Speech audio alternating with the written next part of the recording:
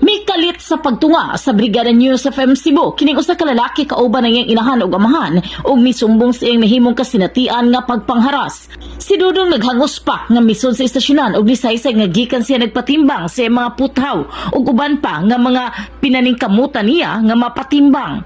Nihalin matod pa siya og kapin sa 2,000 ka pesos apan diyang didto na siya sa may Pastel area gingong gikuha ang iyang kwarta lakip na ang iyang resibo sa iyang halin sa gingong usa ka pulis. Ano ko na mama, kaya ako rin liusa lang. Kuha man yung kwarta. Yung nakay, kuha din sila kalbutan. Kita siya ba? Kuha pulis? Oo, kuha Kuha siya sa ang alin sa resibo sa timbang. Hindi ako magkuyugon, kaya ako. Asa mga police station? Kung ko, hindi ko kami. Asa nakibaw? Nasa Pasig. Wala may nakibaw na ko nga. Nag-report police niya? Nag-report ng pulis. Wala pa kakibaw. Kaya rin lang kami. Huwag mo kayo, nagkakago po. Saan na kami kung yun, ako, ko sa mga magkasahay pa, kita, ikaw ka. Bawal ang musulod. Hinay, di mo tingin.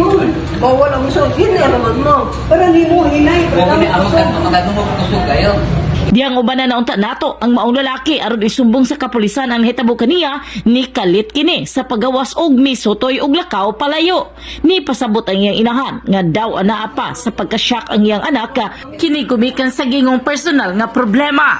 Gitambagan na lang sa Brigada News FM Cebu nga idangop ngadto sa labing duol nga police station ang maong hitabo. In the heart of changing lives, kini si Brigada Junalyn Humwabis sa 90.7 Brigada News of M Cebu, the Music and News Authority.